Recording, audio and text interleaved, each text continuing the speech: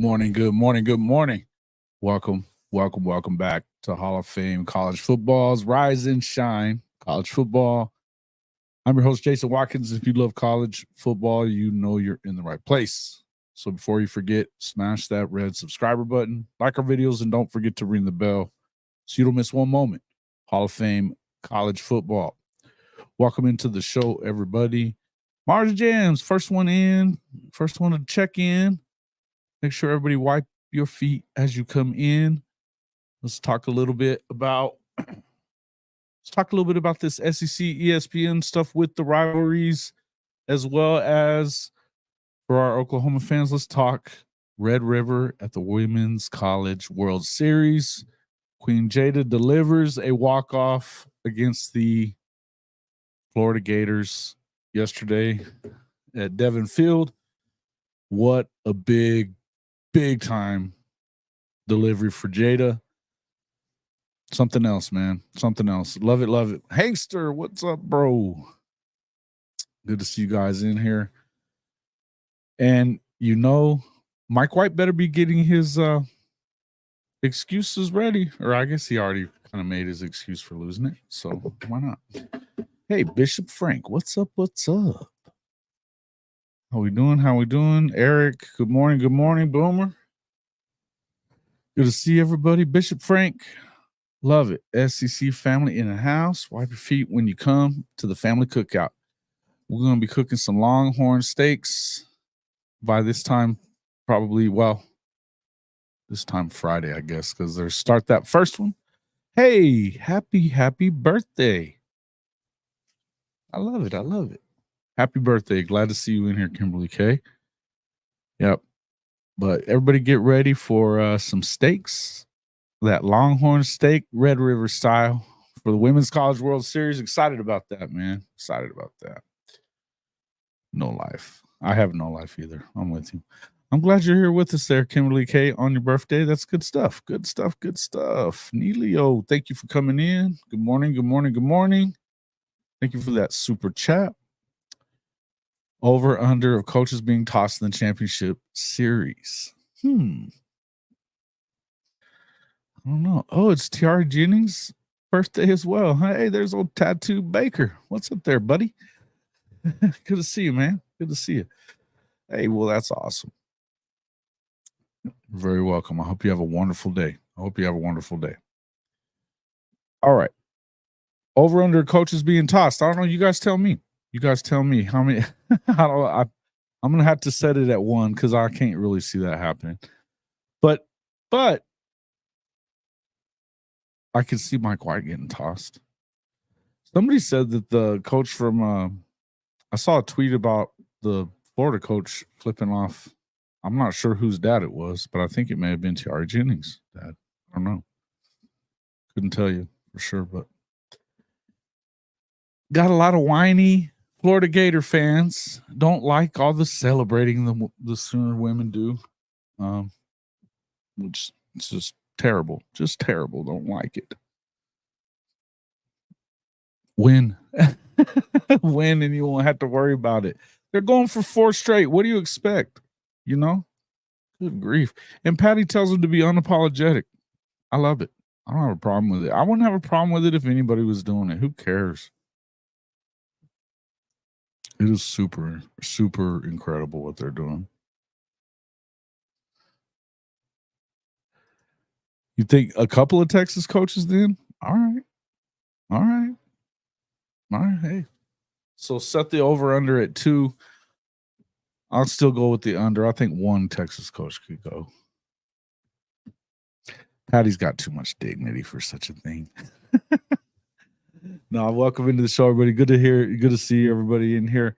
Did you notice we had, the SEC is making sure that they get more money in order to bump that. You know, we talked about the 9-game schedule possibly coming, but they're not going to give it away to ESPN. And it looks like that's how you probably end up getting that 9-game conference schedule that everybody wants, because now they're using the rivalries to kind of drive it home. The SEC office hasn't given up trying to get more money. This is coming from The Athletic by Seth Emerson. Trying to get more money from ESPN in exchange for adding a 9th conference game. SEC Commissioner Greg Sankey said the conference had conversations with ESPN's leadership a couple of weeks ago just to re-engage on the schedule, including to help them understand that if we stay at 8, what's absent from the schedule.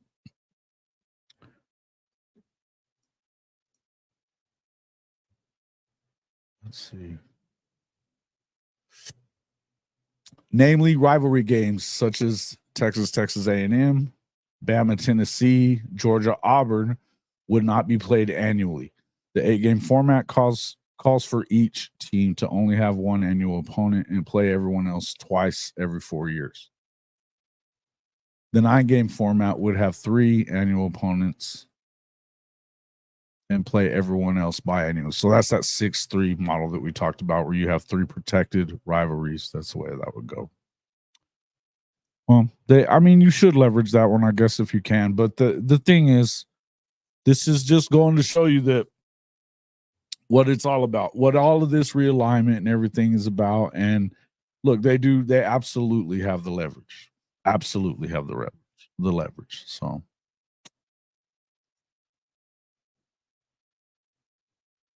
let's see.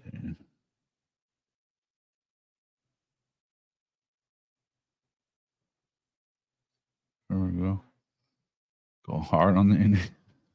Anyway, for now, the SEC is preserving the secondary rivals in the 24 and 25 schedules, which are 8 games. The hope is that experiencing those rivalry games this year, especially A&M and Texas, will make everyone, especially ESPN executives, unwilling to not have them take place on an annual basis.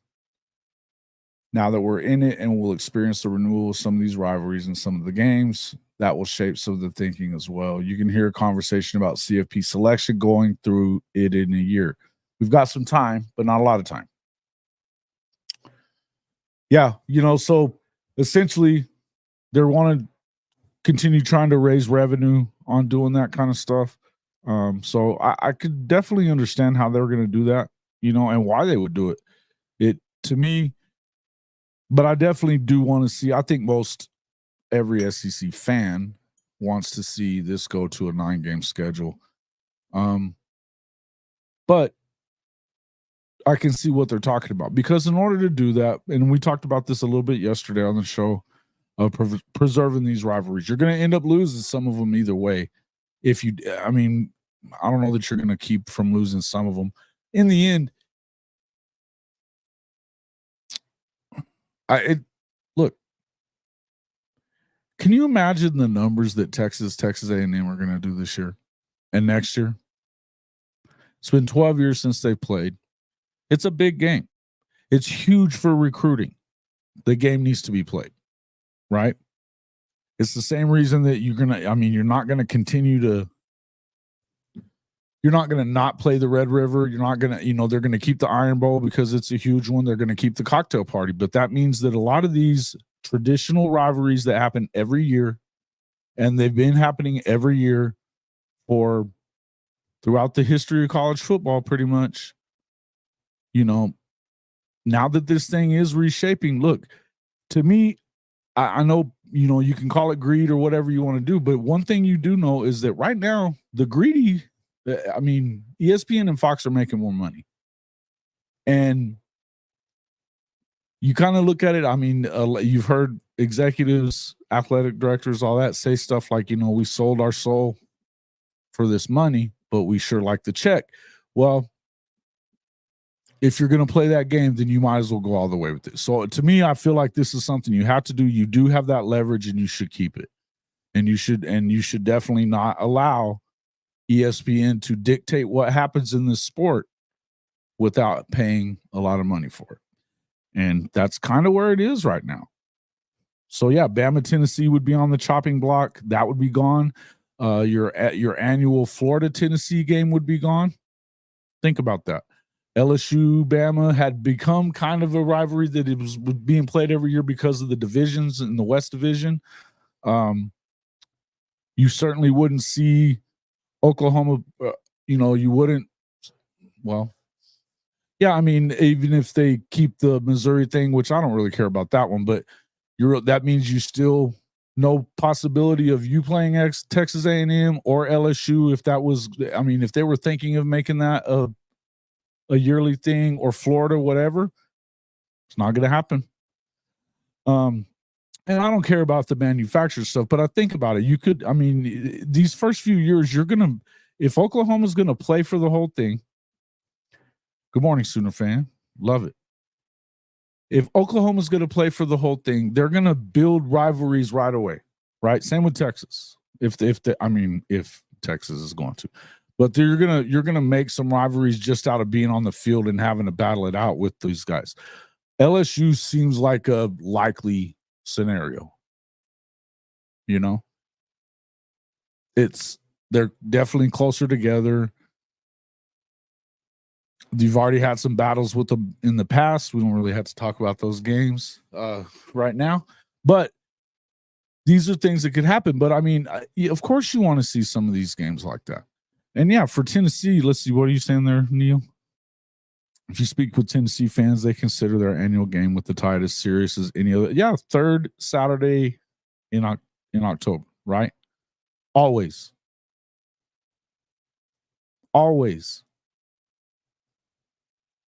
Huge deal. It's a huge deal. You would also say, I mean, but that's the other thing, is that it also wouldn't really balance that schedule very well. You'd have to do some other things to balance that schedule, because their main rival, Tennessee's main rival, is going to be Vandy. Vandy's trash. It's not a good deal. It's not a good deal. They need to make sure it happens. I really hope that they do. What's up there, Coach Ricks? Good to see you, man. Sooner fan 71. Thank you for coming in. Yeah. Neilio Mars James. Yeah, hey man. I mean, to me, kind of has to happen, don't you think? Yeah, unapologetic and unconditional love. I love it. They're gonna get it done too. 4 in a row. That would break a streak. To me, as well as Texas has played throughout that series, they made their excuse to lose before they ever left Austin.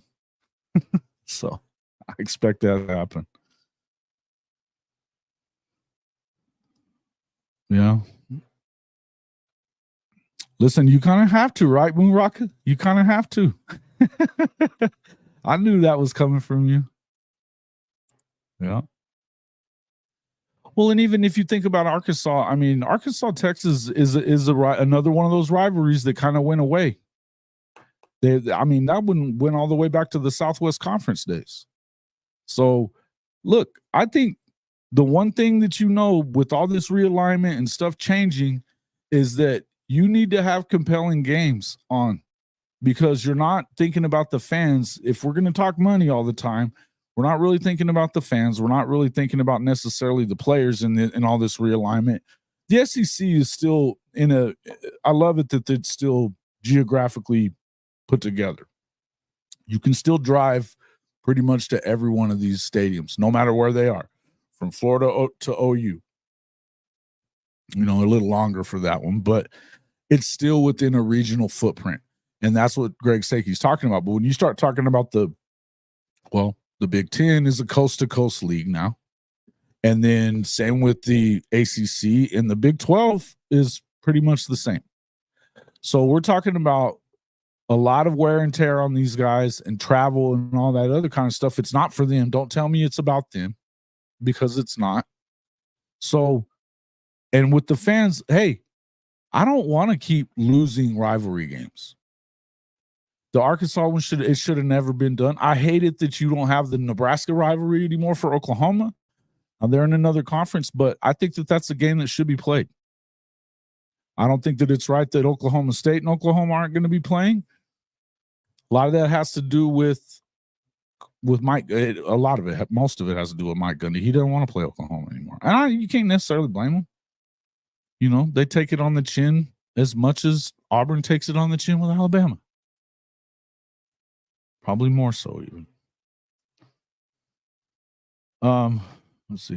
Columbia, Missouri, and Fayetteville, Arkansas are only 3 hours apart, and both do not consider each other much of a rivalry.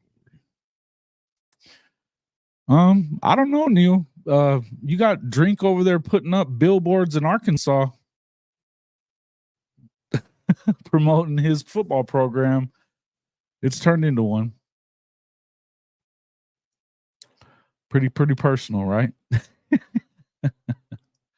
But now that should happen anyway. Coach Ricks, I agree. I would love it if that was the case because they're only 3 hours apart. Right at I-40. You know? It's the right thing to do. Yeah. Well, I get it. And listen, I understand. But the truth is, at the moment anyway, they're on the same. I mean, to me, I know that Missouri had a nice season last year, but they're on the same level, which is a rung or two down at least. So, you know, if they get some kind of blood battle going there, it's good to go. Yeah. You kind of have to. And then listen, Arkansas needs to win one, but I'll tell you what, Bobby Petrino is going to end up there, and that quarterback, I can see that. Look, don't just buy into Missouri, guys. Do not do it. Do not do it. At least make them freaking win double-digit games for a couple years in a row before you start believing in that clown. He won 5 games twice, 6 games, and I think 7 the COVID year. And then he finally won 10. Come on. He's not that good. And it's freaking Columbia, Missouri. Good grief. I'm not buying it. Not buying it. I mean, how many of us really believe that Texas A&M is going to be great moving forward? I think they're better with Elko than they were going to be with Jimbo. History tells us they're not going to be a whole lot better. It's been the same since freaking forever.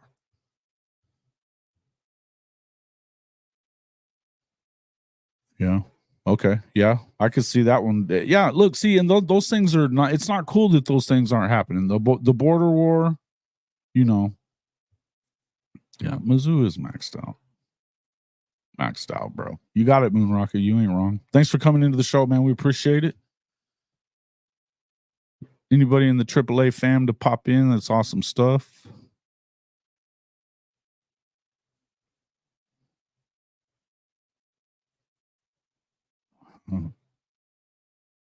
Yeah, for sure. Yeah, but again, look, and then you've got Lincoln talking about freaking, or it's not Lincoln. It was, I'll put it on who it was. Colin Cowherd said it. I think I know where it came from. He doesn't want to play those guys, right? He don't want to play those guys. It could happen. But the thing is Alabama has traditional rivals that they're going to end up keeping if they go to this 9-game schedule. But I don't blame them for making ESPN pay to keep it together. But they're the ones that tore it apart. So if you want to add and have these rivalries, make them pay for it. And to tell you the truth, I'd be doing the same thing if I'm the Big 12. You have to leverage that stuff. I think that it's probably an idea that you could see Brett Yormark doing, like say with because BYU and Utah, I think they want to play the Holy War, but I don't think they would care about it if it wasn't every year. They do hate each other, but you even hear some of the guys that out of there, the creators and journalists and stuff that cover both teams, they're like, it's hectic now when they play. Hey, thanks for the super chat there, Coach Ricks. Alabama versus Oklahoma, Battle of the Crimson. Yeah, again, I think that if you go to the 3-6, that's still not going to happen every year. But I think that if you're going to be battling for national championships, SEC championships, you're going to see these teams that are going to be at the top all the time. You're going to start seeing Georgia. You're going to start seeing Alabama. You're going to play LSU. You're going to have to, right?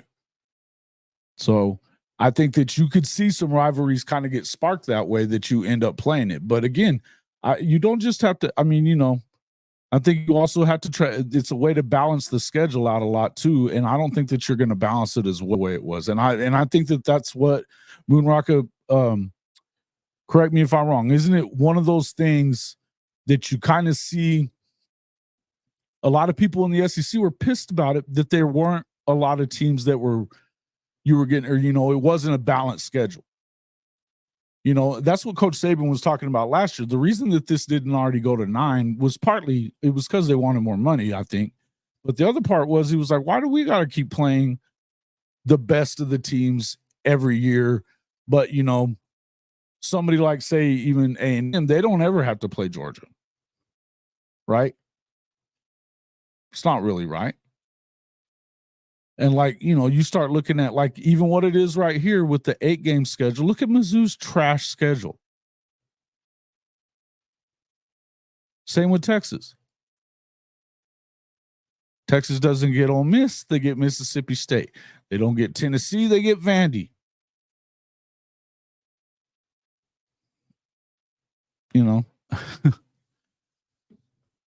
Oklahoma's playing all those guys. They're playing Arkansas instead of Missouri. Now, Arkansas I can see because it's kind of a rivalry there. Playing A&M and playing Kentucky. Playing Florida instead of and they have to play Georgia too, but it's just kind of one of those deals.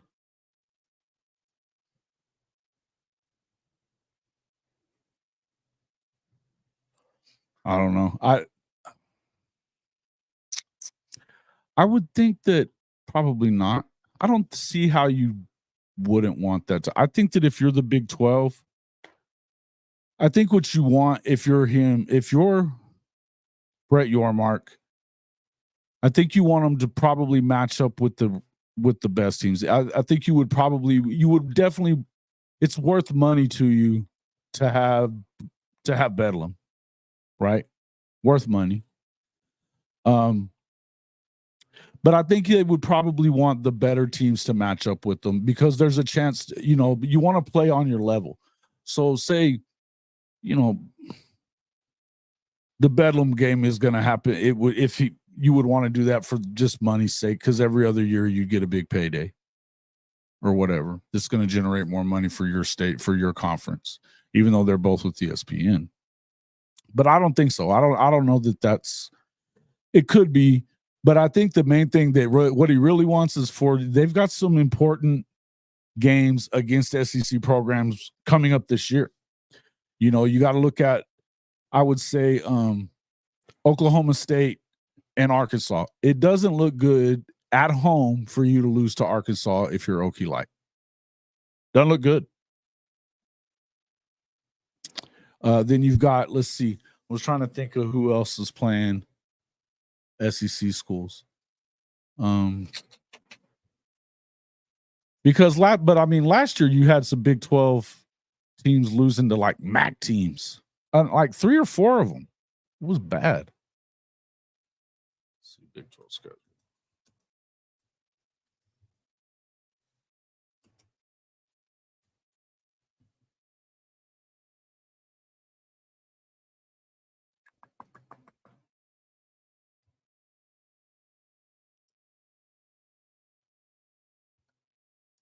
I think a little.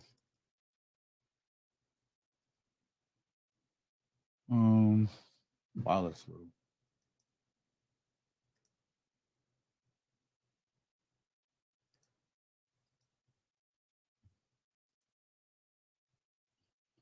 Let's see.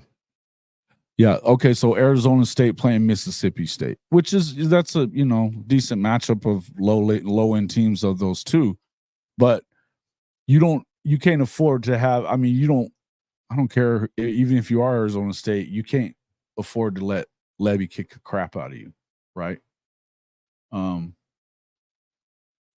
It's a home game for them. It certainly wouldn't. That's another home game you don't want to see happen, right? I would also say the same for Colorado playing Nebraska and stuff like that. You don't want to see them. You don't want to see Colorado getting smoked by Nebraska because Nebraska haven't been good. Now I think they're going to be better because I think Matt Rule's a good coach, and I think that they do beat Colorado this year, by the way. But I think it's just kind of a bad look. But let's see who else. Just trying to look and see anyone else I saw. Not really.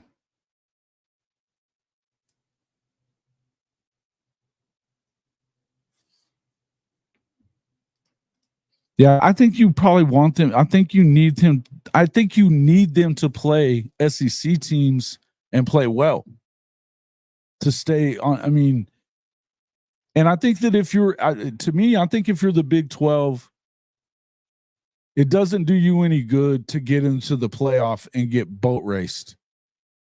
So you need to go in and it's the same thing that I said about the Bedlam game. For Mike Gundy to not want to do that, I think he hurts his program like that.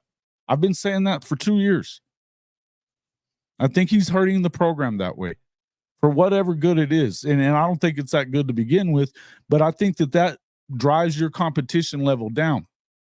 Game like that forces you to play up to another level if you're going to compete.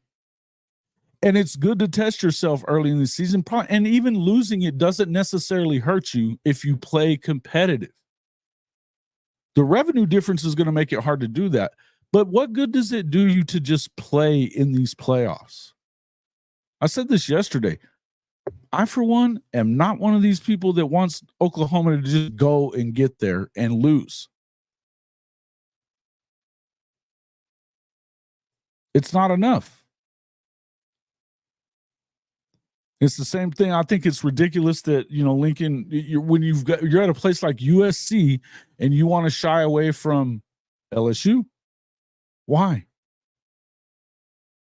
Why would you do that? Now, I think you should match it up pretty well and match it up, program strength to strength. But no, Tech doesn't know. It's A&M's been playing Arkansas and Jerry World. And yes, they are doing that, but this is the last year for it. I think. Arkansas is playing Texas A&M and Texas, but no, I don't think they're playing. Arkansas is playing Okie Light this year. But I don't really see any other on there other than that Mississippi State one. I mean, you've got some playing. Iowa State obviously always plays Iowa. I think that's good to keep that one. I don't know that it's a very good game for Colorado to be playing North Dakota State, though. We're talking about an FCS national champion like over and over again. And if you lose that game, what's going to happen there? They could come completely apart at CU. There's some people that have pretty high expectations for Colorado, though, to be honest with you. Schedule's been divisive for years. We're tired of playing Northwestern, Southern, but we're also tired of getting beat the hell up by SEC talent. And listen, I understand that. But here's the thing.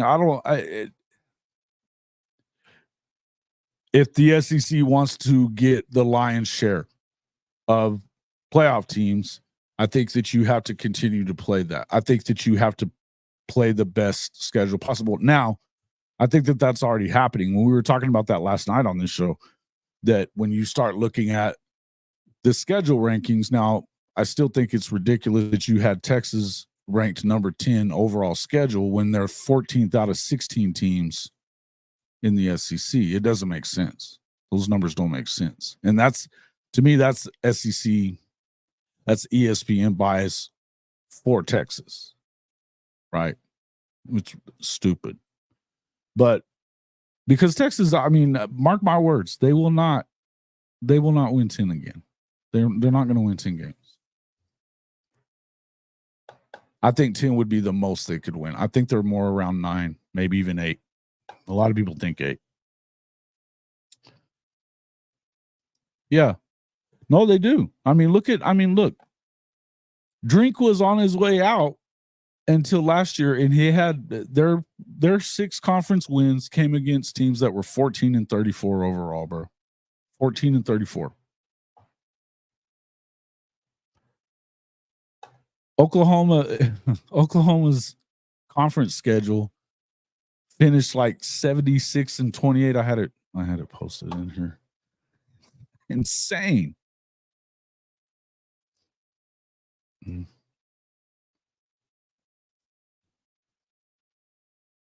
Yeah, 76-29. 76-29 overall. Texas is like 53-48, something like that. 53-48, something like that. 54-48, I think. 6 games over 500. Oklahoma's was 50. It's not the same. Oh, bro, they're selling it. They're selling it. Yep. And that's the thing. Neil, you're right, too, because, well, and that's the other thing, too. Oklahoma ended up getting that schedule. But if you notice, when they moved to SEC, Oklahoma had Tennessee and Georgia scheduled for home and homes. Because of the SEC move, they had to cancel them. Now they're playing Tennessee in the conference anyway, but they would have owed them one on a non-con deal. And the Big 12, actually, I think it's Baylor. Baylor's playing Utah, and it's not a conference game. Or BYU, one of the two. I think it's BYU. Let me see.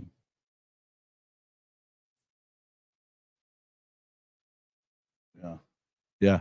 It's a non-conference game against BYU. So they didn't even do that there.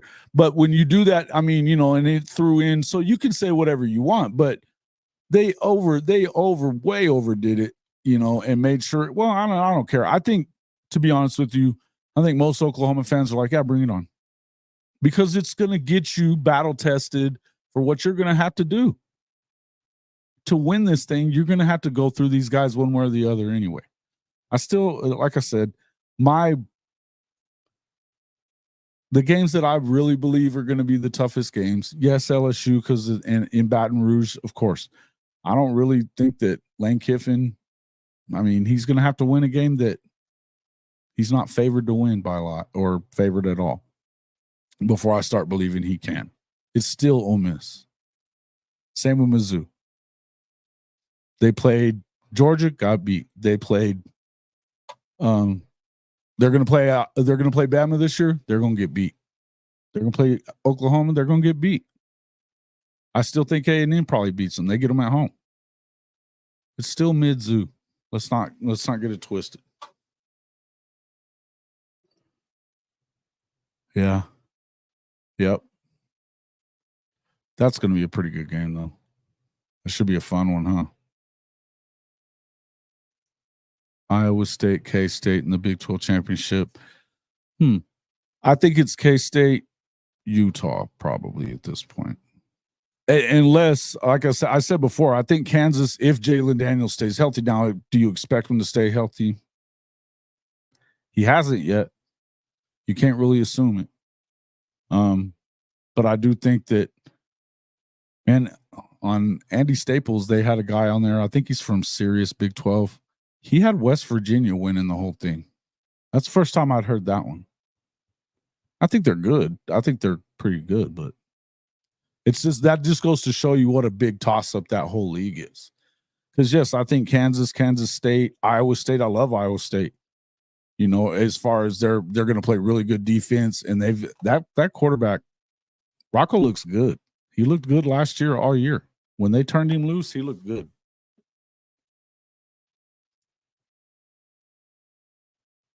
No. Yeah, absolutely. And that's the way it should be. It's the way it should be. And it's just like I said, I mean, now there's a line of, where it gets to be too much because of the fact that, I mean, man, you could be good enough to do it, but injuries kind of take over at some point when you week after week after week, you play the teams that you have to play in the SEC, even the low level teams.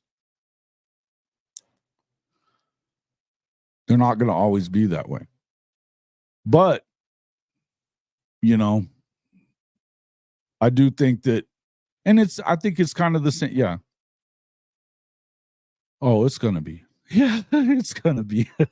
Yeah. I mean, well, and they're supposed to, I think it's this week or maybe next week that they said they're gonna announce the rest of the game times. I'm glad they decided to do that.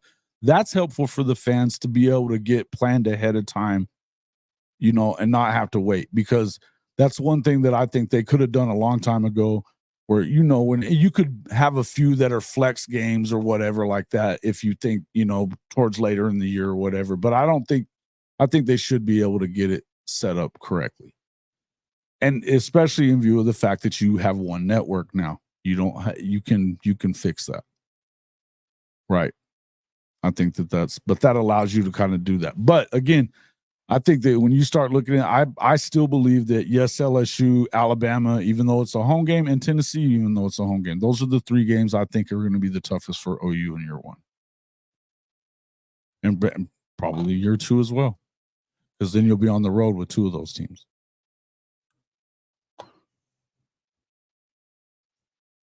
Yeah, I want to go to Ole Miss too. I'd love to go to the Grove. I'd love to go to the Grove. Oh yeah, it's got to be. Yeah, and I think that there's a natural kind of already. I know Oklahoma fans feel a certain way about LSU. You lost the national championship game to them, and then a playoff game to them, and in the playoff game wasn't even kind of close. But that was also one of the best college football teams I've ever seen ever. So it is what it is. It is what it is. I mean, we know why. We know why Oklahoma wasn't competitive, and that problem is no longer in town. That's the good news. That is the good news.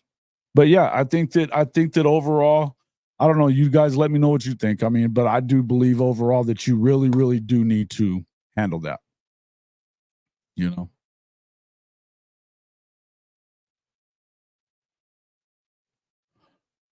need to handle it. You need to make it happen. Yeah. Hey, Brandon, you know what? This is exactly what we were talking about. As much as the fairness part of it on the way the schedule balanced it, which is imbalanced, I think. And I think the 8 games lends itself to that imbalance. You know what I mean? But I think that, absolutely, if you're going to pay your money, I don't want to go watch them play Vandy. Oklahoma fans aren't excited about the SEC because of games like Vandy and Mississippi State, and to be honest with you, Missouri. I think it'd be cool to play Arkansas some because it's so close. I think they'd rather play that one than Mizzou. Most of us. Yeah, you do. And so to me, you have to attack it and get better because of it. I agree. Yes, they are elite. Yeah. Again, one of the best college football programs, probably, or the best college football 1-year teams, period, ever. I think ever that I've ever seen. Definitely compare. I mean, you could compare it to that Miami team at the end of the 90s, early 2000s, when they had all those guys that were, some of them were backups there, and they became all pros at the next at the next level. You had your Oklahoma team that had the record streak back in the day. Then there was a couple of Nebraska teams. Alabama's had a couple of teams like that too, that you would put them up there. I think that USC team with Reggie Bush and starting off with Carson Palmer and those guys, that's probably one of them that's up there. Yeah, they were good, man. Joe Burrow, Jefferson, and Chase. Oh, it's insanity. Insanity. I mean, Randy Moss's son was a tight end on that team, and I mean, he just retired, I think. But I mean, and he wasn't like the guy there. They were that good. Yeah, Oklahoma between 71 and 73 for sure. Yeah. Oh. Well, you definitely would have to play more conference games, but yeah. But that's also, and I don't know what's going to happen there. I don't know how. I think you have to get a couple of them. I think that they would. I know that they would prefer Carolina, and it sounds like Virginia would come packaged in with that somewhere. Maybe Clemson, but I don't know. I think that part of that consideration, you really don't want the Big Ten getting into Florida and to be able to get their recruiting tentacles in there. I wouldn't want to. So I would rather probably see those two probably. Yeah, but it's not necessarily unbreakable. That's the thing about that, Coach Ricks. It's not necessarily unbreakable. That you would think that you keep hearing people say that grant of rights is ironclad. Nothing's ironclad. It's always about money, and they'll settle on it, and that's why the lawsuits are there. And there is if they were all to do a certain way, but the thing is if you're Florida State, you can't really blame them or Clemson to say, hey, we can't compete here. Now, it's not like the same as back in the Bobby Bowden days where, if you were making enough money to say, yeah, I'll just stay right here because we run this conference. But same with like OU in Texas, they knew it's not going to work like that.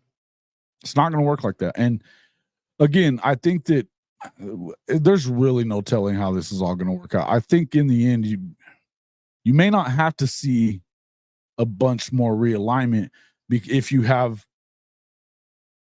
they break away from the NCAA and really a conference thing and just turn it into some kind of these are the teams that are opting into this. There's 64 or whatever, however many they put in it, 70, something like that can compete in this level.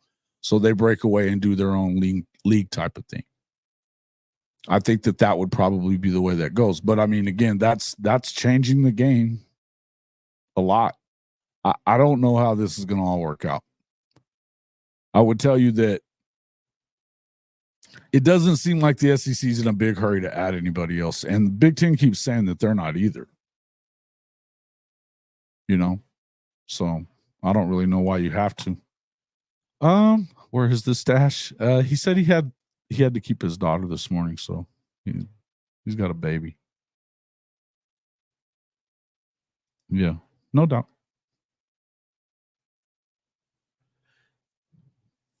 Yes, I agree, Brandon. I don't think that it would be a bad thing. I don't think that it would be a bad thing. But I'll tell you this: as far as the brands are concerned, there's neither one of those brands are bigger than North Carolina. Neither one of them. And you can say what you want about their football. They are a transcendent brand without being a great football program. They bring that kind of money. Tell me who doesn't recognize the Tar Heel logo immediately or the colors at that. It's Michael Jordan's freaking school.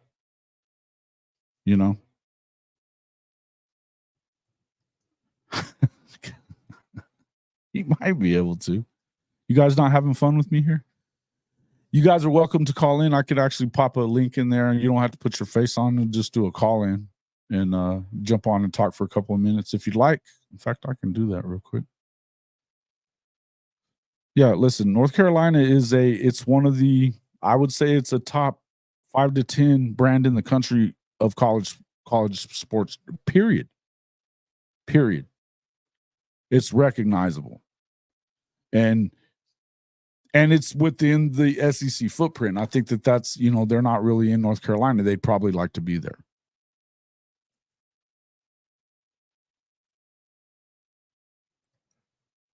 Yeah, I don't know. But Miami, it doesn't sound like Miami's excited about the Big Ten. Everybody, every content creator I know from over there, they're like, no, they don't want it. That's why you haven't seen them jumping in the lawsuit or talking much about it. I don't think that they're interested. They don't want to play in the cold. I would also say that Florida State probably is feeling similarly, and I would think that Clemson is too. Although Clemson has some kind of little rivalry going on with Ohio State, you could kind of see that happening. And South Carolina seems to be a really dead against that. Not that that matters. I mean, Texas A&M was against Texas and OU coming in. So it is what it is. I think Miami could end up in the Big 12. Absolutely. Absolutely. I think that's, again, and that's the Big 12's play is to become the basketball conference, number one. And if they could get theoretically a Miami team that's on the rise that could carry them as far as branding and, traditional powerhouse. Now, they hadn't done anything in 20 years. And I don't know that I'm sold on Mario Cristobal. I mean, the dude doesn't take a knee against Georgia Tech and loses. And, what the hell? You could win with the knee, and that's not even the first time that's happened. Not good. But, yeah.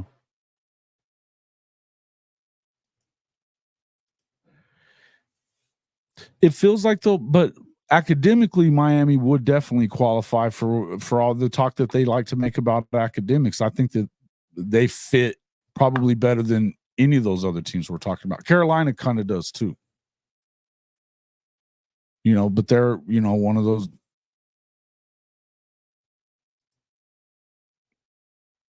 I mean, they are at this point. But they're the SEC school. So I don't know. I think that it would all be up to, I don't know that you would see any of those conference. I think just like A&M bitched about it all they wanted to and nobody cared. They were the only ones that voted against allowing Texas and OU to come in. Because they knew it adds to their brand power and to their stranglehold on not just football. They're competing everywhere. They're competing in softball. They're getting deep in the softball. They're getting at baseball. They've already been pretty much the best. They had a team. Alabama was in the championship game this year. They've had a lot of teams in the Final Four not named Kentucky. Mm-hmm.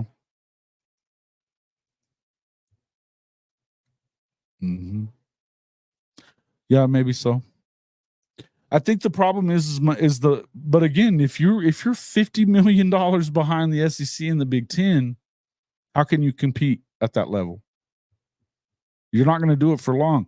Think about 40 to 50 million, even if it's 40. Let's say the difference is 40. Over a 4-year period, that's freaking $160 million behind. It doesn't take long for you to fall so far behind that it's never going to, you can just never catch up. And that's where this is something else I was wanting to bring up. I was thinking about this yesterday too, and somebody else had said it, but yeah, I think I actually saw it on Crane and Company. I thought it was a smart thing and Jake was talking about it. He said that him and Pate were talking about it, I think. But they were talking about the group of 5 or group of 6, however you want to call it, the smaller schools. They should want to break away and have their own tournament, because here's the thing. It's something that you could build that playoff into something. You could work out your relegation system somehow, like how they do soccer overseas, right? That it's a lower level league or whatever. And you move up and you could possibly play in that next level up, right? Because to me, first off, I don't think it's fair to these other conferences that are playing the kind of schedules that they are. And, to even end up, what's up with you there, Coach Smook? Thanks for coming in, man. I don't think it's right for the Big 12 and the SEC or the ACC. In that, if you start thinking about that, if these group of 5 schools, like for instance, you had Liberty in a game that Oklahoma should have been in last year. They were in that 12 spot, right? So they should have been in that New Year's 6 game. Or maybe whoever you want to say, but anyway, that was the ranking. So you're leaving out, and for a number 26 or 27 ranked Liberty team that ended up playing Oregon and getting trashed. So why would you, I mean, I don't know why the group of five even wants to be in the playoff. Instead, you could build a playoff system for that level of program and be able to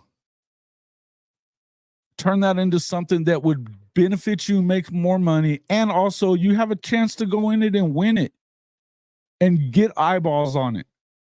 Yeah, if you win at that level, yeah, then you can bump up, and then you got teams like Vandy that could get relegated down, or Northwestern, or whoever.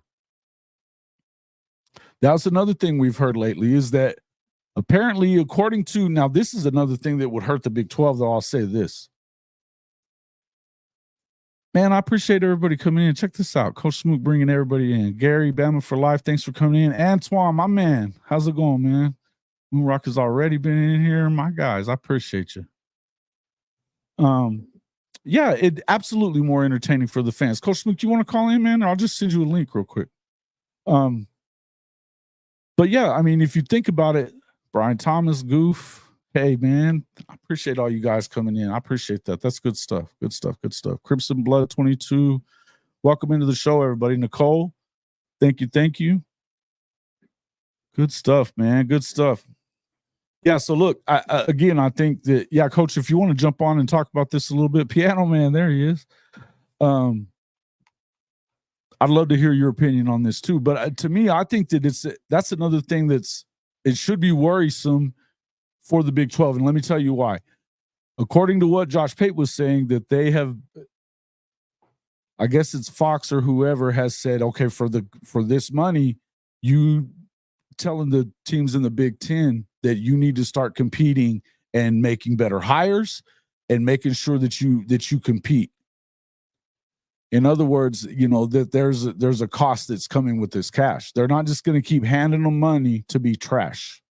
Now, somebody has to lose. But if you're an every year bad team, there's these contracts don't go forever. And if you noticed, the SEC and the Big Ten actually did even a shorter one. They've done short contracts because they want to be able to stay flexible and be able to bump up their money. Hey, thanks, man. I appreciate you guys. That's awesome stuff, man. Thanks. But I tell you, if that's the case, now let me ask you, now where the Big 12 is competed, where the Big 12 competes the best is with the coaching and development. Think about that. You've got a lot of really good coaches in the Big 12 conference. Lance Leipold, Kleinman, you know, people want to say Gundy. I'm not saying it, but, you know, there's a lot of good coaches. There's a lot of good coaches, right? So if you start thinking about that, but now if you can, they're going to offer you more money to coach. What if you start losing coaches to places like Indiana, Illinois, because they're trying to compete, and now they're willing to cough up cash and NIL dollars because they got it. That should scare the crap out of everybody in the Big 12. But I would tell you that's another reason that you're going to have to work this out. I think they're going to end up breaking away. And if I'm the Big 12, that would concern me because, look, if you keep even one school or two schools that get to come in from the group of five, you don't need that. You don't need that. That's taking a spot away from a Big 12 school or ACC school. And if I'm the ACC or Big 12, I don't want it either. And I'm going to tell you now, there's going to be people pissed off that if you have a 9-3 runner up in the Big 12 or the ACC that isn't going to get in the playoff because there's going to be a 9-3 SEC school that ran that gauntlet and is better. So you're going to end up more times than not probably getting one team from the ACC and one in from the Big 12. And that's going to be the way it is. Because the truth is, we've talked about it a lot. I think that you end up seeing at best 10-2 teams getting into the Big 12 championship game. I think that's at best. I could definitely see a couple of 9-3 teams getting in there because they're kind of on the same level, all of them. They all recruit at the same level. They all have pretty good coaches, and styles make fights. So, but I mean, which team do you think is going to go 11-1, 12-0? I don't see it. I don't see it.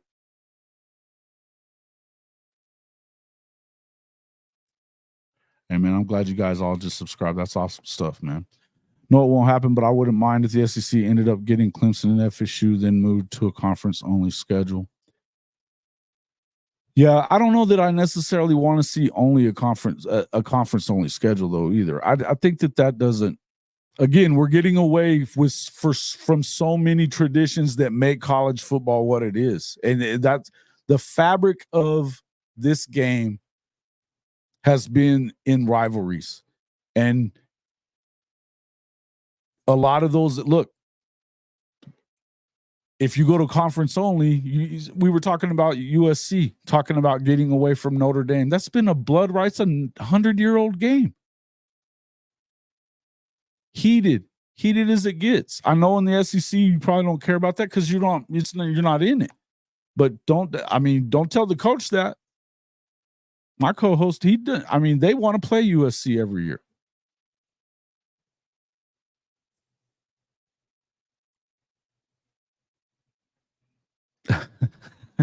That'd be awesome. Which 9-3 teams do I think get in? I think there's a number of them. I could probably rattle off. Coach Smook, what did we have, like 7-8 different teams we were talking about on Ty's show that day? We all named somebody different. But so you could say, Andy Staples and them, they were saying that they could see Colorado doing it. I think Colorado's better than they were last year. I don't think it's a whole lot better this year. I do think that Shedeur is that guy. The dude threw 3 interceptions and didn't have an offensive line last year. But I think that they do have enough on offense that they can hurt a couple of people, but I don't see them winning it.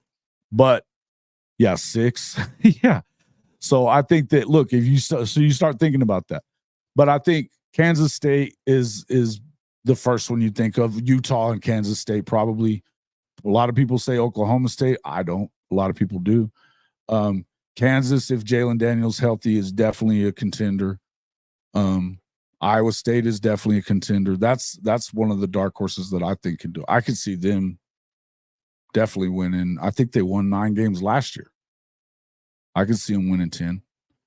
But again, I think that there's so many of these that I think they're going to kind of feast on each other. It's going to cannibalize each other, and that doesn't really help you if you don't have a team that's dominant or a couple of teams that are ahead of the rest of the pack, even if it's just by a little bit, that they're going to do well. And not only that, in these first couple of years, you need to have whoever gets in there advance.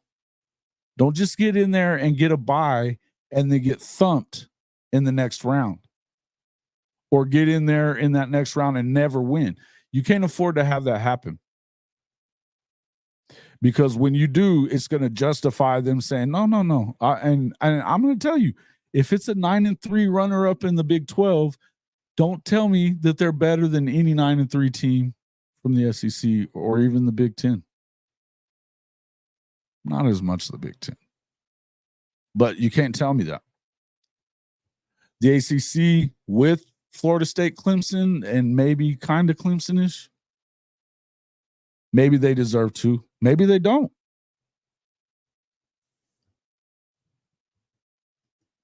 Yep.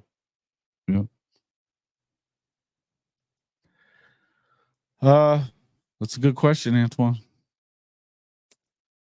I think that they would go with Kansas there because it's 10-2.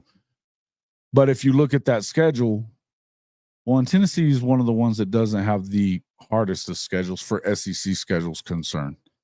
But they actually do. Let me see that one. And who do I think is better? Probably Tennessee. Home playoff games will be cool. Till you have to go to until you're an away team at a SEC or at a Big 10 freezing their ass off in the big house or something. Oof. Freaking January. K-State, Utah. Yeah, I think Utah's right there. I think it's that, but a lot of that'll depend on if Cam Rising stays healthy. And he is a grandpa. He's going to get retirement by the time this is all over with. So, you know, put him on AARP. I would just tell you, I think that there's a lot of things that are going to happen. And I'll say this too. Do not think for 1 second that the SEC or the Big Ten gives a shit about what we call fair, because they don't. They don't. They don't care about it. And I mean, to the victor goes the spoils. I mean, they generate the most money. They generate the championships. The SEC won 9 out of 13.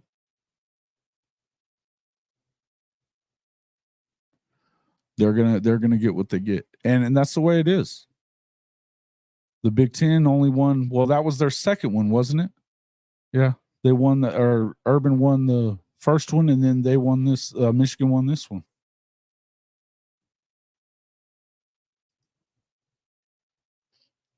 Yeah, if Florida goes 8-4, well, yeah, because Florida has the hardest schedule probably in history. See, I think that I agree with you, Brandon. I think that this is why fans don't make decisions, though.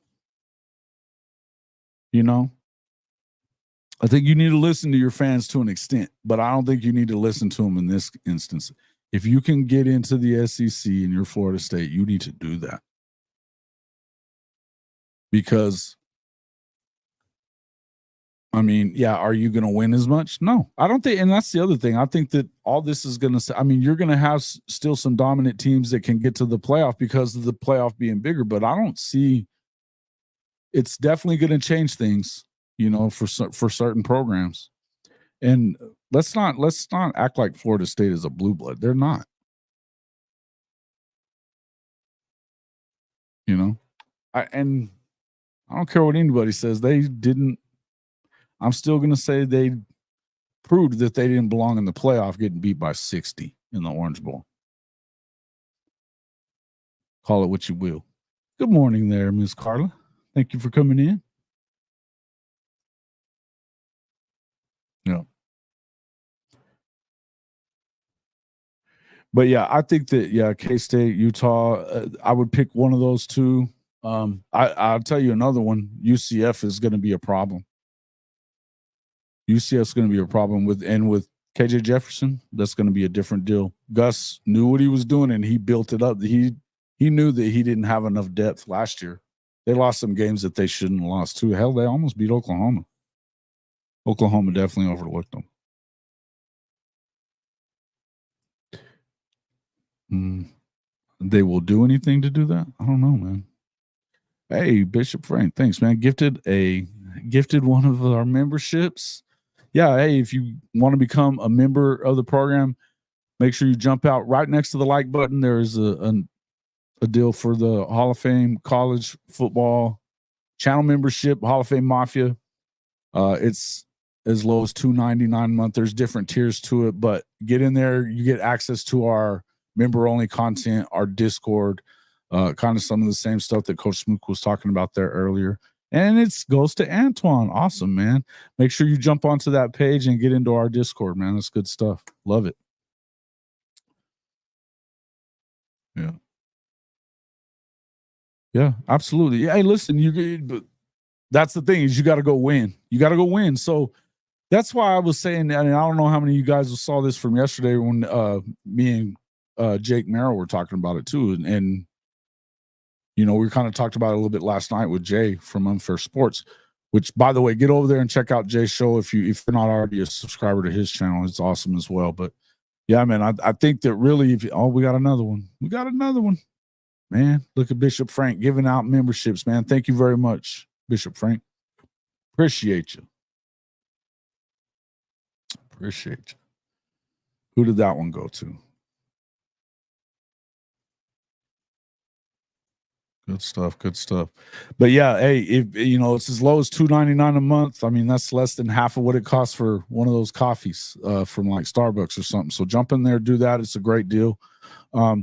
Hey, if you want to, I'll take a moment to shout out our partners over here at Hall of Fame College Football, Mint Mobile, where you can get 3 months of unlimited talk, text, and data on the nation's largest 5G network, which is the T-Mobile network, for just $45.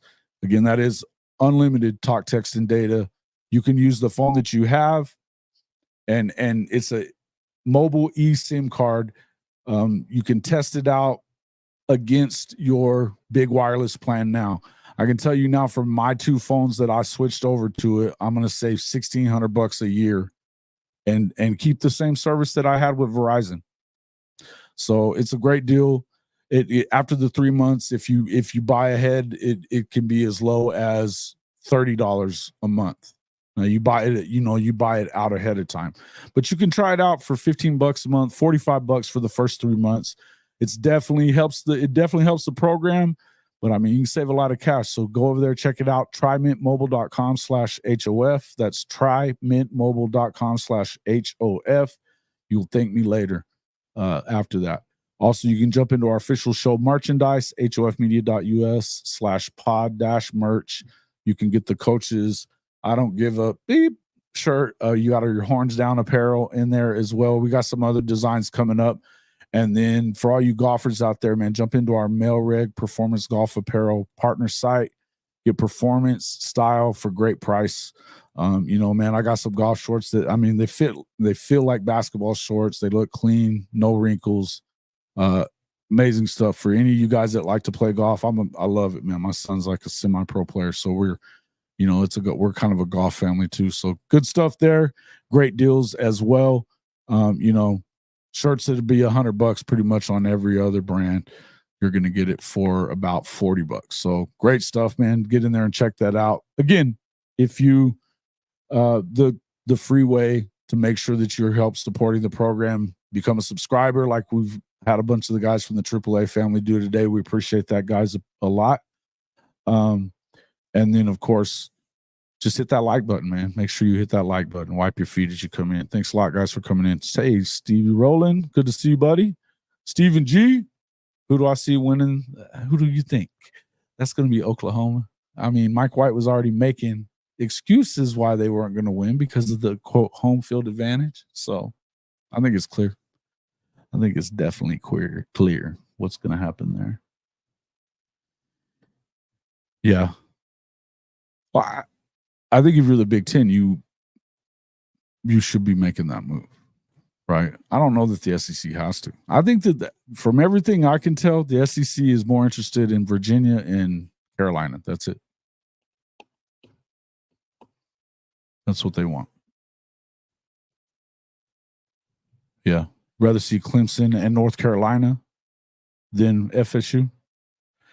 The FSU fans have gotten on my nerves since last year, for sure. For sure. So you guys tell me in the comments who you got winning that softball series, all you Oklahoma fans, and then how many games is it going to take?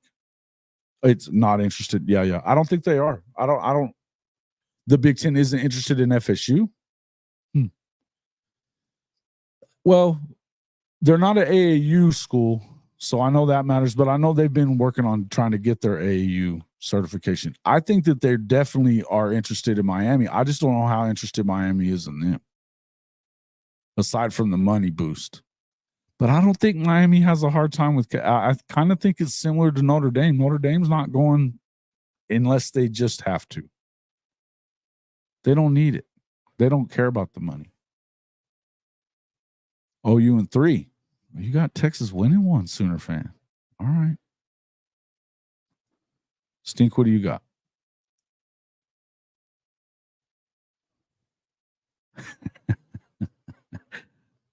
Do take a moment for that. Yeah, hell yeah. Scared to death. Oklahoma only fears God, but Texas fears Oklahoma. In the words of Danny Stutzman.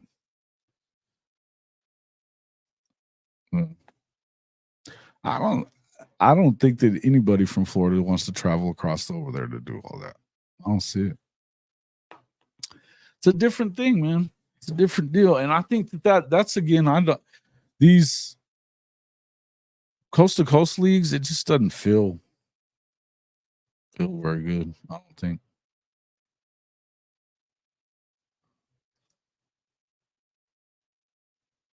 Yeah. Yeah. I know somebody that went to college there too. And I mean, they're a bunch of doctors. It's a medical school. They could give most of them could give a crap. As far as people that actually go to school there, now that former athletes and stuff do, but first off, it's hard to care when the stadium is 45 minutes away. You know, they still don't have an on-campus stadium or anything even close to campus. It's hard to get there.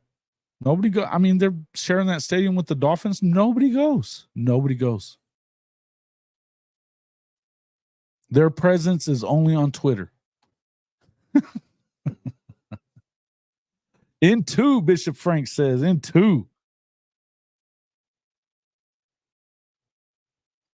Uh-huh. Okay.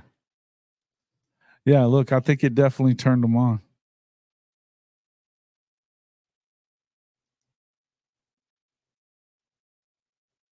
I think that Texas doesn't know if they can win one game. I mean, there's a reason why he was making that excuse before he ever got on the bus or the plane, whatever. Yeah, dude. Who wants to do that? Who wants to do that? And that's not even the coldest place. Imagine FSU going to the Big House or to Minnesota in late November or in December. Ugh, brutal. That's why USC is going to struggle with that too. Definitely. 15 people will be in the stadium. Yeah. And it'll probably be FSU 15 because Rutgers don't care about that team. They suck.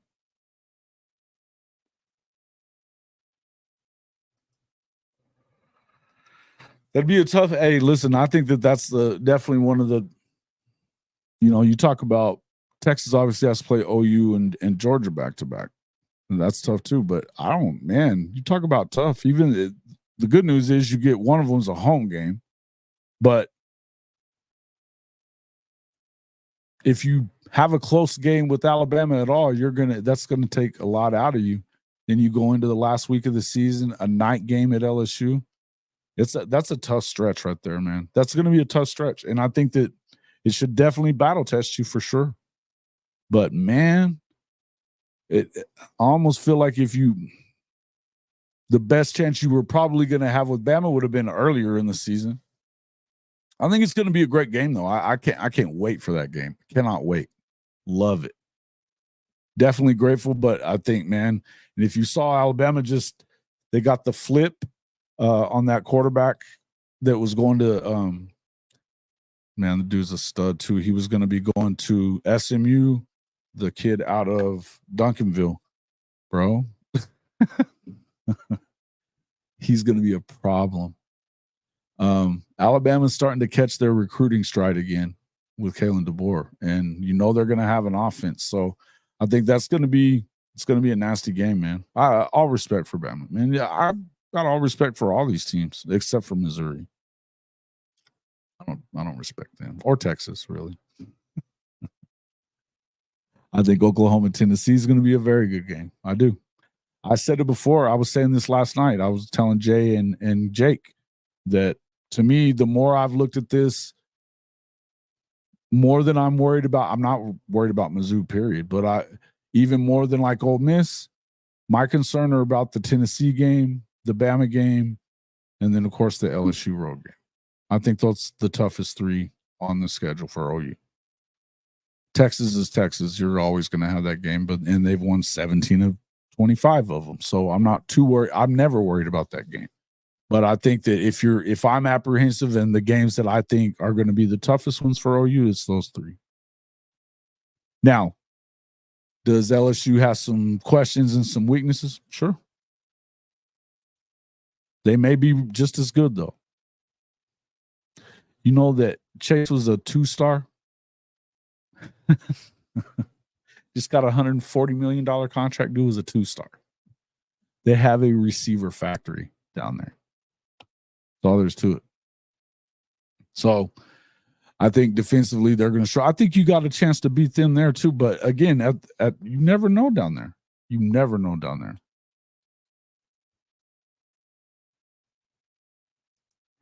Thank you. I'm so glad somebody else said it. Somebody else said it from another fan base besides ours. I've been saying that for sure for a while, man. Been saying it for a while. Yeah. Hey, we'll see what happens, man. I hope that OU sweeps them. Yeah, that should have.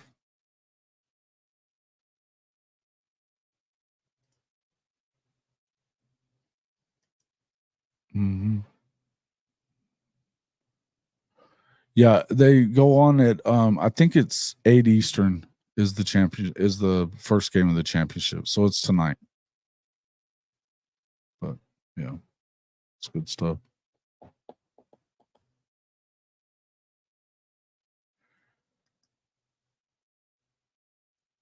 There we go. Let's see.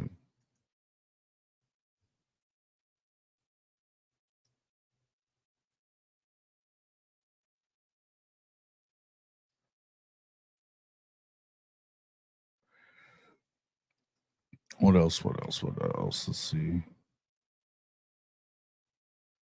Oh, dude, dude's an asshole. Every year he says something shitty about Patty. Last year he was acting like she was cheating in recruiting. He made that comment last year, pissed everybody off. He was flipping off fans that World Series a couple of years ago. The dude's an asshole. And then he was yelling at his player he's pointing at the bag at third base. That's a stop sign, right? I mean, it's how many people played baseball? I mean, it's always this if you're wanting them to go home. Not pointing at the back.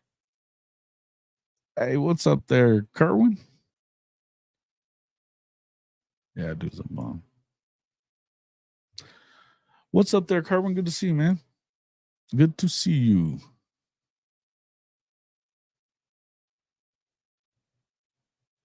Yeah, listen. Yeah, Ole Miss, they gotta. To me, that's what I think. I feel like you got to make it. You need to win one of these games that you're not necessarily favored to win in, and it's not like these games they're staying in them either. I mean, they didn't. Bama ended up blowing them out. Georgia ended up blowing them out. I mean, they finally beat LSU, but man, they tried to gag that thing away. And LSU probably had its worst defense in history. So, I don't know, man. Hey, there you go. We'll see what's up with that.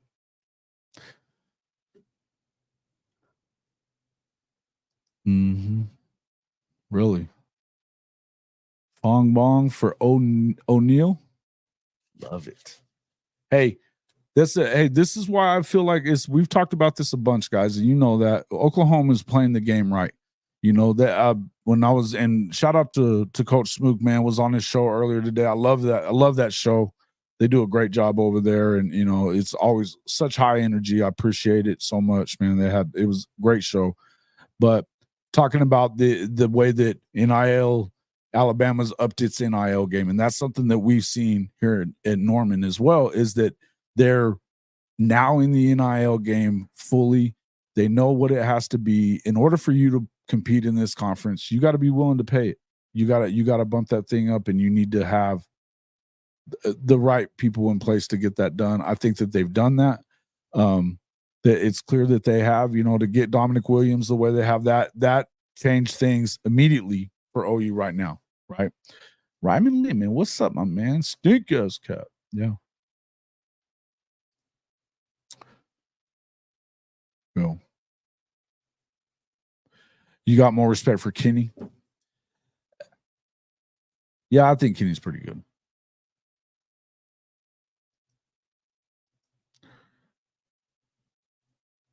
Yep. So, but again, I think that's where you have to be at that point. And it's clear that some of these things have to happen. Now, what I would tell you is that it looks like Ole Miss has stepped up. But here's the question. With these, you've got these certain schools that they're bumping it up for now or whatever. Like, you could almost look at this like Oklahoma State. Oklahoma State's willing to pay a little bit for the time being, but wait till they finish 5th in the Big 12. They're not going to pay anymore. How long is Ole Miss going to cough up that kind of cash to go and buy a bunch of transfer players like that if they're not getting over the hump and competing for a natty, competing for an SEC championship? I don't see it. Now, Lane isn't necessarily going to get fired for that, but they're not going to keep coughing up cash either. You know, those people didn't get rich by just giving it away. Mm-hmm. I don't. Yeah, listen, I that's what I feel like. I think that this is what ends up happening is it's again, and then I'll say this like I said it earlier today, and I've said it a bunch lately, but this is what makes it look. Everybody, there's going to be the money's going to be there for these kids, for these high level kids. The money's going to continue to be there, but there's not. I mean, there's a level that you can't really go over. You're not going to play that game. You're not going to play the Bear Alexander game like SC's playing. So, to me, I feel like this is one of those deals that you're going to end up looking at it as, okay, well, this is why relationship building is equally as important. It's not just about money. It's about who do you build a relationship, who's going to develop you, because your real money is still going to come at the next level. So this is why, I mean, as Oklahoma fans, soul mission, everything else that comes with this coaching staff is about that. They're about it. They're going to build that relationship first. And look, I am of the opinion that everybody probably offered about the same amount. If Oklahoma went a little over the top of where everybody else was going as far as Dominic Williams is concerned, I can see that. And I think that you should be willing to do that for the right players. But I know that they built a relationship with him and his family. It mattered to them. Coach Smook was talking about the same thing with this quarterback. You know, you have to do that. And that is where, yeah, man, hey, I'm telling you, I believe that the money is, as I said, if you start looking at, can A&M and Texas offer you more money? Probably, yeah. Oregon, maybe, yeah. I mean, there's a handful of schools. Ohio State's rich, you know, Notre Dame's rich. You know, it's not like, I'm not saying that obviously Oklahoma and Alabama, they're not poor. Same with Georgia, they're not poor. But the difference is they're not just going to go out there and get in a bidding war and have it be just about that, because it doesn't work out well for you. Look at what happened at Texas A&M. I mean, $30 million, and apparently they didn't come good on all of that stuff. If you can't trust that the deal that you make works, or that it's going to be adhered to on the other side of it, this is the whole deal with the Jaden Rashada thing. Look, I'm not going to sit here and act like I know everything about what happened, but I know this. He was offered a certain amount of money, whatever it may have been at Miami, and Florida did offer him that money. I'm not going to sit here and blame it on Billy or any of that other stuff. They could have pinned it to him. There's nothing they're going to be able to do about it now. But I would tell you this. I don't think it's wrong I don't trust, or I don't blame the kid for suing. You got me off a deal that was going to pay me whatever the number was. Whatever the number was. And then you just renege on it, and I'm not supposed to, you know, and I don't get anything. That ain't cool. Again, I think that you're never going to hear me sit here and just take the side of schools in the NCAA, and certainly not the NCAA. You're not going to hear me do it. I'm always going to be the guy that says these guys deserve the money. these coaches are getting exorbitant amounts of cash, and I mean their salaries have skyrocketed. What's the lowest paid coach in the SEC? I wonder. It's probably, I mean, I don't know. It could be Venables. I think he's at like 9 million, something like that, 9 or 10 million, I believe.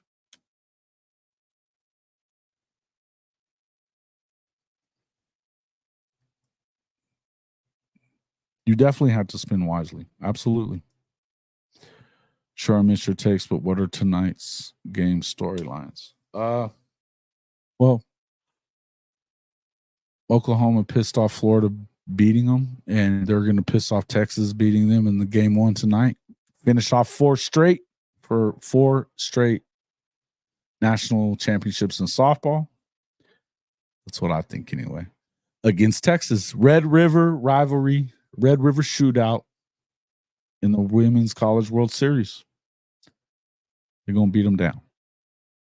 Yeah, I think it's the same. Yeah, look, we saw the same. Lincoln, look, they paid. I mean, you needed to pay Caleb Williams to get him there, but they've had to pay Barry Alexander more than once now. They had to up his deal, but he lost the kid that had come in from one of your A&M kid, and now he ended up at Auburn, I believe, and then they weren't able to get anybody else.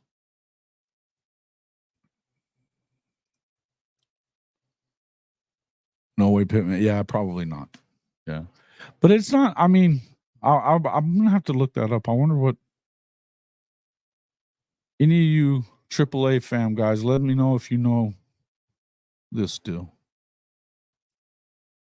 Zach Arnett's not the coach there anymore. It's Jeff Levy. I think Levy's probably at like 7 million or something like that. He may be the guy, but it's I don't know. Clark Lee at Vandy only made 3 million.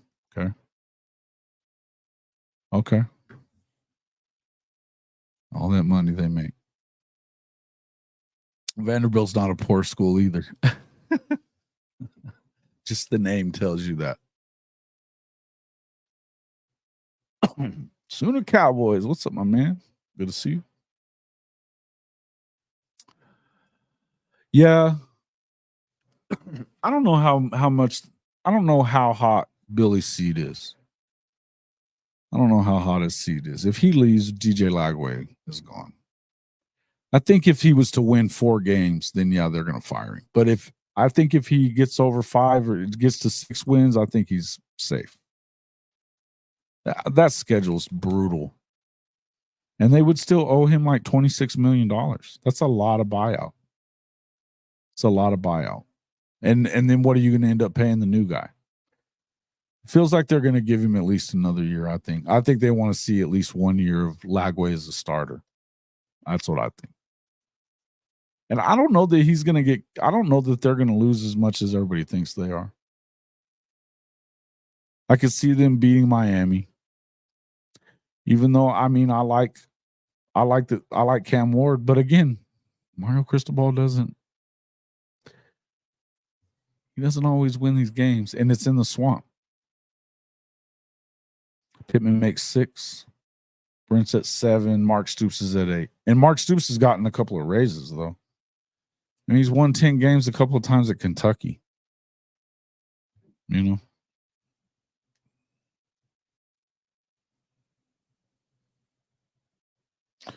Yeah, I've said that. I think that would probably be one of their top choices. I also think that would be him and the guy that's at Washington currently. That was Arizona's coach last year.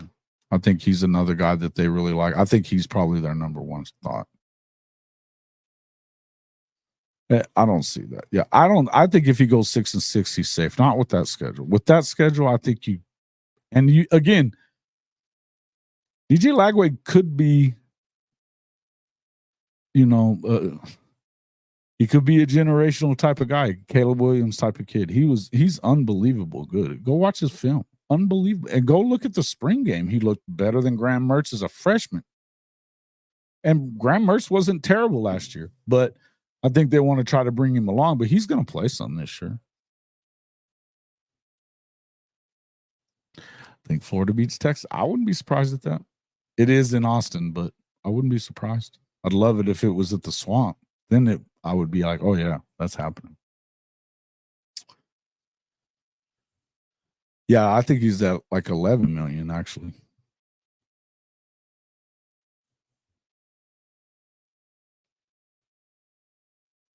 Yeah, yep, absolutely.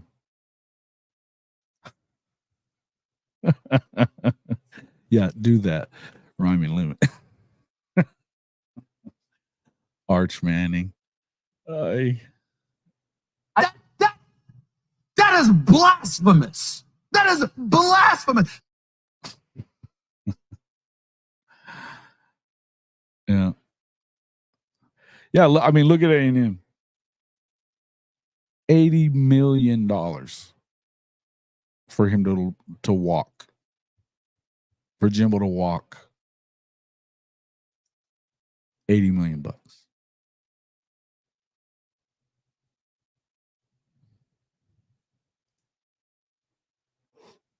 I think if he gets to 6, I think he's all right. I think if he gets to 6, he's all right. For sure, 7, he's clear. For sure. 7's not easy, but I think, if you look at their schedule, I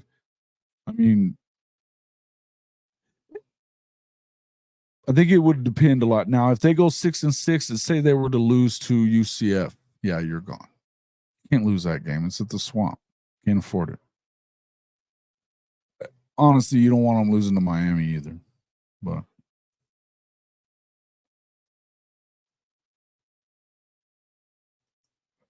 no doubt, right? You're not wrong. You're not wrong, Neil. That's a fire D1 football coaches. Oh, yeah. Especially with a lot left on your contract. You don't have to take another loss and get every dollar they get. It's all guaranteed every time. Yep. You're like Coach O, and he talks about it. They said, we still owe you 20-something million on your contract, and we're going to pay it all to you. And he goes, which door and when? I thought it was hilarious what he said. When you want me to leave?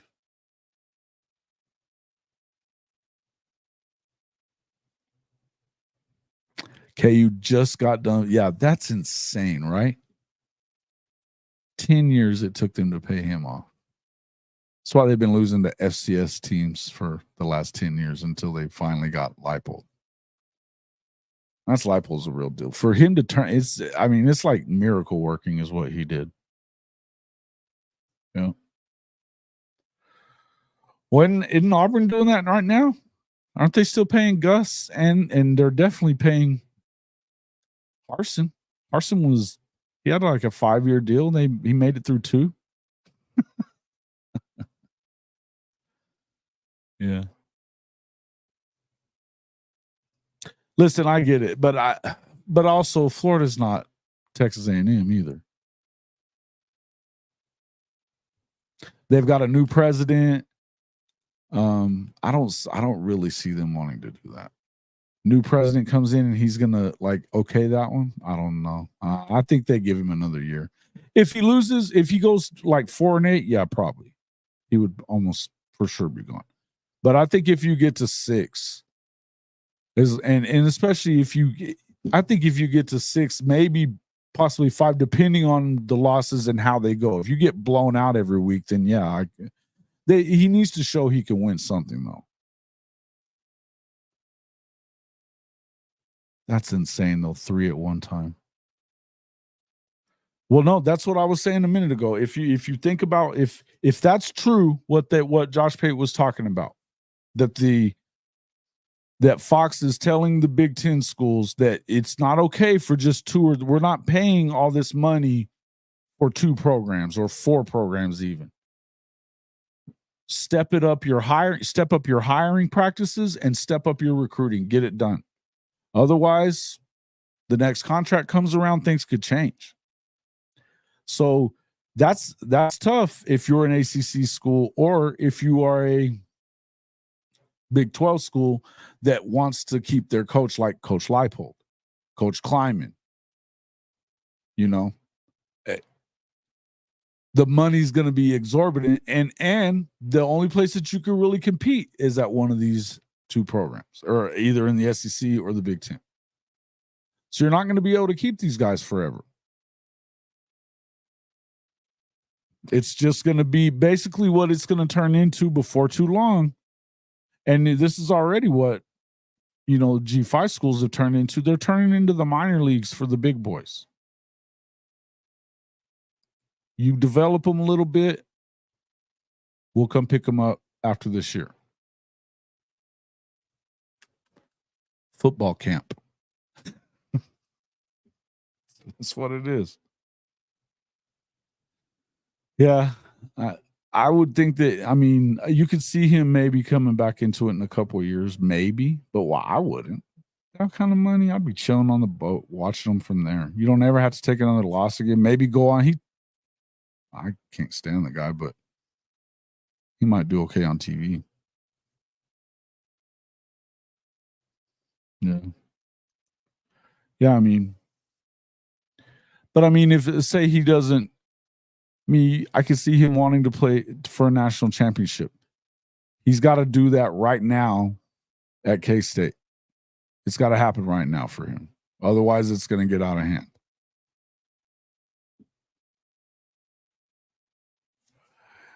Yes. I was a little surprised at it, too. I will say this, though. He's not the defensive coordinator or anything like that, and he's just like an analyst. Look, I think it's easy to blame all that stuff on Alex Grinch, and I'm not a believer in Alex Grinch, but I also don't think it's all his fault. I think all of this is Lincoln. Yeah, I believe it's true. So there you go. If you think about that, you cannot afford to skimp on this anymore. If you need to go win, because they're not going to be able to afford that. They're not. They're never going to make enough. They're not going to make up that money. Maybe okay. So if basketball is making the money, then you're going to pour more into basketball. I don't really see this helping football that much, even if they maybe.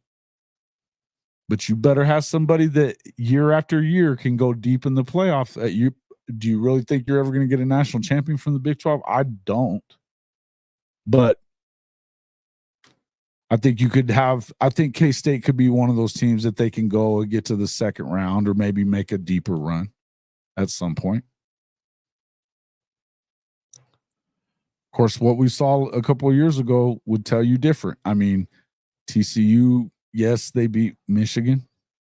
They got throttled by Georgia. And then K-State they looked great beating TCU in the title game. Great game. But it's not what it was when they got up again. They just weren't built to play a Bama team like that. And that's just the truth. And to be honest, it's the same thing I've said about Oklahoma for those time at that time when Lincoln was the coach. Once Stoops left, they got smaller and smaller and smaller, and the defense got worse and worse and worse. And it was inevitable what happened every time they went to that playoff. Even having Kyler, even having Baker, and now Baker, and then they should have won. They should have beaten Georgia. I'll always say that. I don't care what Georgia fans say. I will always say that. They had that. They had that game, and they blew it. He blew it. But that was, honestly, if you think about it, that was the only time that they could have.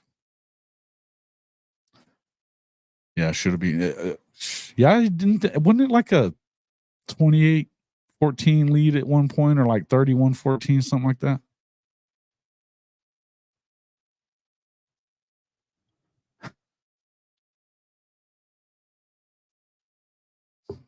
What is this? What models?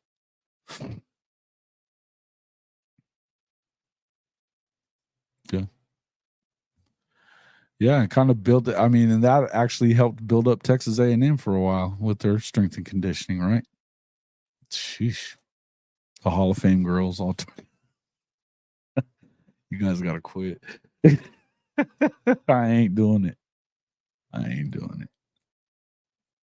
It'll be after dark. That'll have to be a Patreon show. The old Patreon show.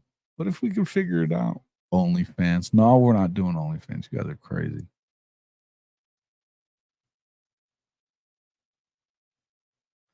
No.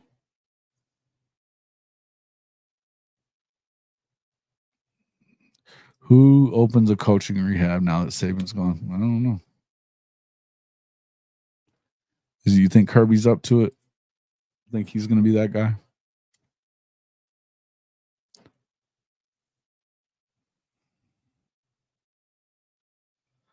You guys are what is this conversation, chicken? What are y'all talking about?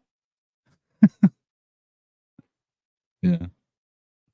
Now, listen, I agree with what you're saying. I'm not even saying, yeah. But okay, so let's say you go to a place like, I think with Kleiman, I think if you look at him in the terms of, yeah, I get what you're saying, but I think you're not going to be able to develop at not enough to win a national championship. If that's okay with everybody, then I understand that. I'm just telling you that it just, to me, we know what this is. We know what the realignment and all this stuff is doing. This is exactly, I mean, it's the writing's on the wall. Now, do I think that some schools will continue to compete on a certain level? Yeah. But I think there's a number that really separates you from, let's face it, schools you were already separated from. What was your real opportunity to win a national championship before the money blew like that?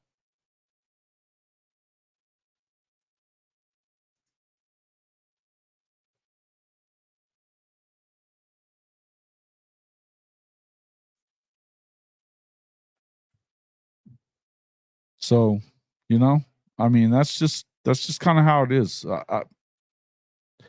I would say that it's as I said earlier, it's not like they did this to make it fair. Mm-hmm. Yeah, you're not wrong there. Oof. I don't want to talk about that game. I was there, coach. I hate that. I hated it. But they had it.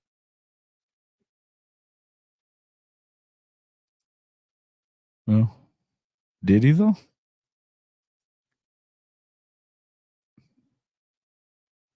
Yeah.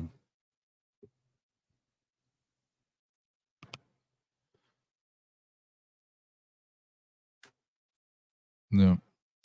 Well, and I mean, it's set up for those schools to continue to be win. The Habs are going to continue winning. But I'm just saying it's getting harder and harder and harder for the have-nots. You can be a good program, which is what you are now at K-State. It's a good program. But there's nothing wrong with it. But there's just too much separation there. And again, the thing is, like with ESPN, they've got all these games to choose from every weekend.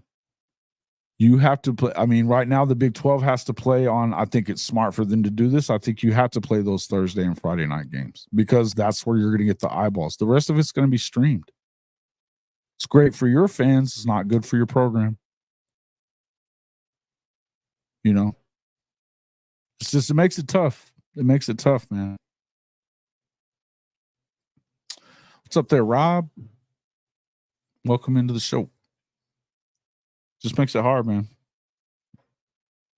Yeah, I'm about done, coach. I'll give you a yell here in just a bit. Welcome in. But all right, guys. What else we got? Anything else? I've got to get some work done and stuff as well, but yeah. Yeah, I know. Yeah, I know. Yeah, and I know you do know that. And it does. I don't even think, look, as an Oklahoma fan, I can say that I'm happy for Oklahoma. I can't say that I'm happy for college football.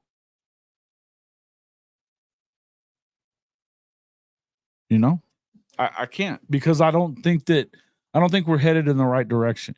When you've got people in the mainstream media talking about Notre Dame and USC not playing anymore because that's your chance to get to the Natty and win the Natty. What are you talking about? That first off, that's stupid.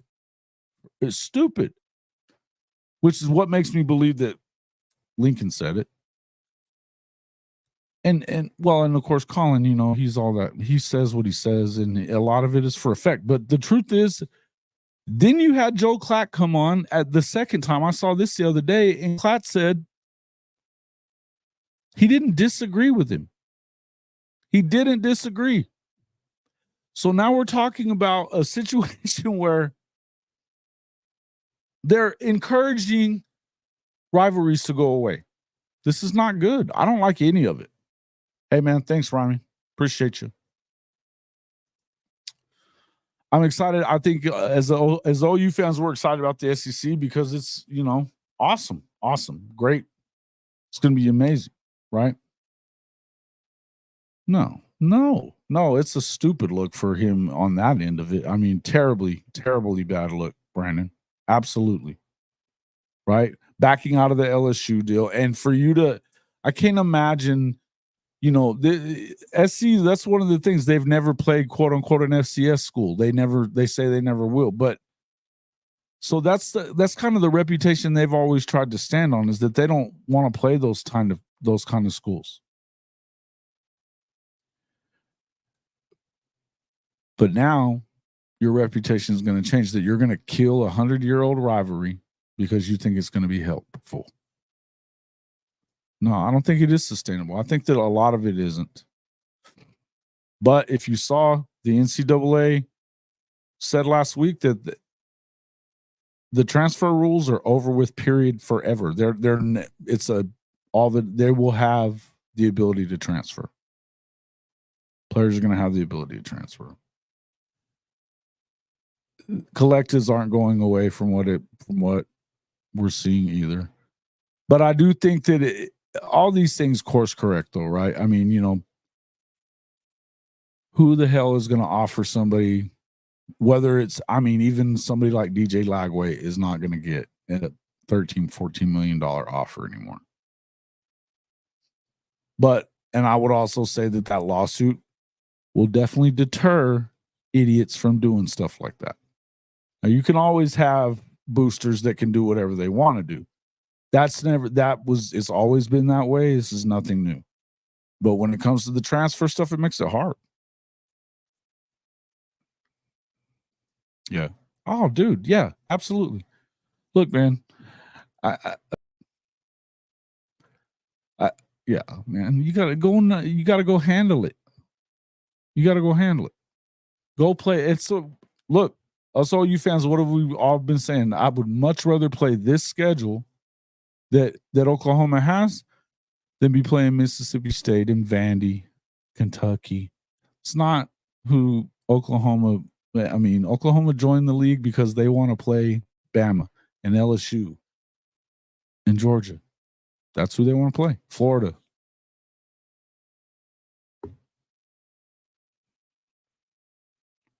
Yes. Oh, yeah. No. Hey, I said, hey, look, they got out of the lawsuit for what, 2.7 bill or whatever it is, and it's over however long, that 10-year period or whatever it is that they're going to pay that off. Now you're going to let them continue to be in control and screw it all up again? I mean, why would you do that? If you're Greg Sankey and Tony Petitti, and you know that you're about to cough up this cash that you don't want to cough up, and now you're also paying players on revenue share, which wasn't what they would ever hope to do. So they've lost every case. Now they tell you that the transfer portal rule it's permanent. It's no rule. There's no way that you're going to be able to. You agreed to not limit them, period, because it'll mess with your antitrust. I'm not going to sit here and tell you I know every detail of how this is going to work out, but I can't see them allowing the NCAA to stay in power forever. They screwed it up this bad. You got a chance to have a clean break. Get out of it.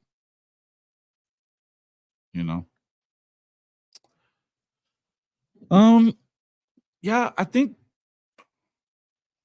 we don't want Mizzou, but from what it sounds like, it would be Missouri. Texas isn't going anywhere. And then I think from what we had heard before, they were talking about Florida, but I would think LSU would be a good one for Oklahoma.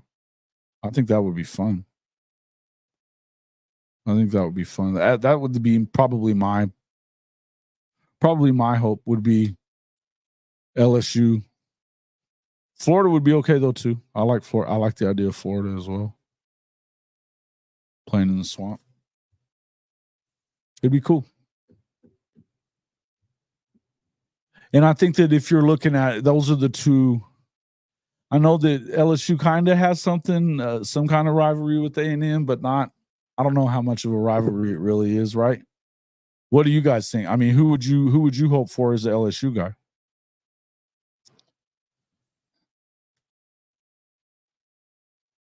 They're not going to cap it though. They can't cap it. Now, what they can do, well, CFB now with the portal and NIL has brought teams like your Tigers closer to the Blue Bloods, unless they cap recruiting. Teams like Georgia, Ohio State, and Oklahoma are going to still have an upper hand. Well, the systems that they have in place and the, I don't know.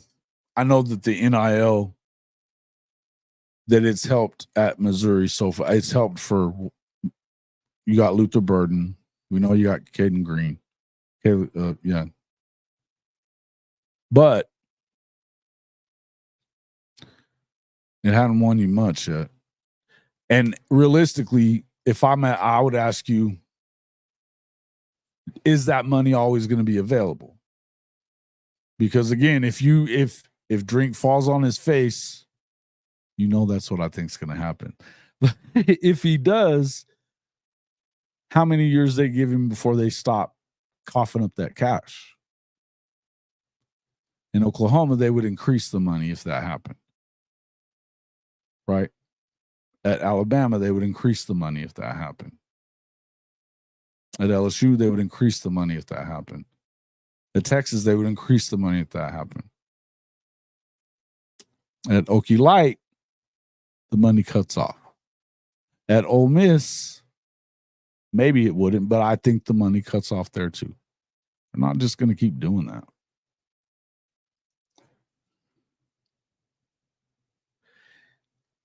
Yeah, I don't know that they do that to A&M. I don't know that they do that to A&M. Because A&M doesn't want to play Texas every year. They certainly don't want to play Oklahoma and Texas every year. No way. I don't think that one's happening.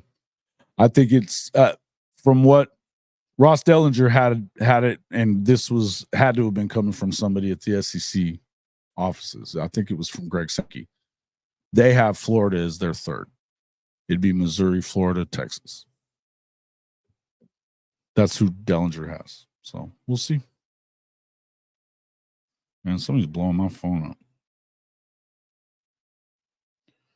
All right, guys. But that's a good question. I think I think it would be cool for LSU to be that other one, though. And it would be paired with Texas, LSU, and Oklahoma. Oof. It'd be brutal for A&M, wouldn't it? That would really piss them right off. That could send them to the Big Ten. Nope. The legislature shut that down in Texas. I think that they would have probably left for the Big Ten if they could. But they shut that down quick. But that would be funny. Hello, Christina. Thank you. Guys, I appreciate everybody coming in. Been going for just about 2 hours. Make sure that you get over there. Hey, go check out Coach Smook's show. He's doing a lot of good work. He's doing early morning stuff as well.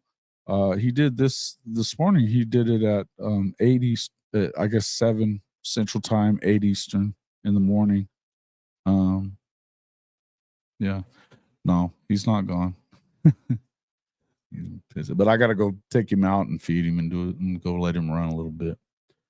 But yeah, look, and I mean, I think that all that Right. And that's what I'm saying, Rob. I think that in the end, you got to look at it as how long do they pay to not see them get significantly further and really have an opportunity to win it all. I think some schools, it's different. That's the thing. Oklahoma, there's no amount of money that somebody wouldn't pay to make sure that they could get to where they got to get. Whatever that means, whether it be coaching or players or whatever. There's a limit some places there's not. In Alabama, there's no amount of money they wouldn't pay to get another Nick Saban. You know, that's just not. In Texas, there's no amount of money that they wouldn't pay to continue losing 4 to 5, 6 games a year. It's just what they do. All right, guys.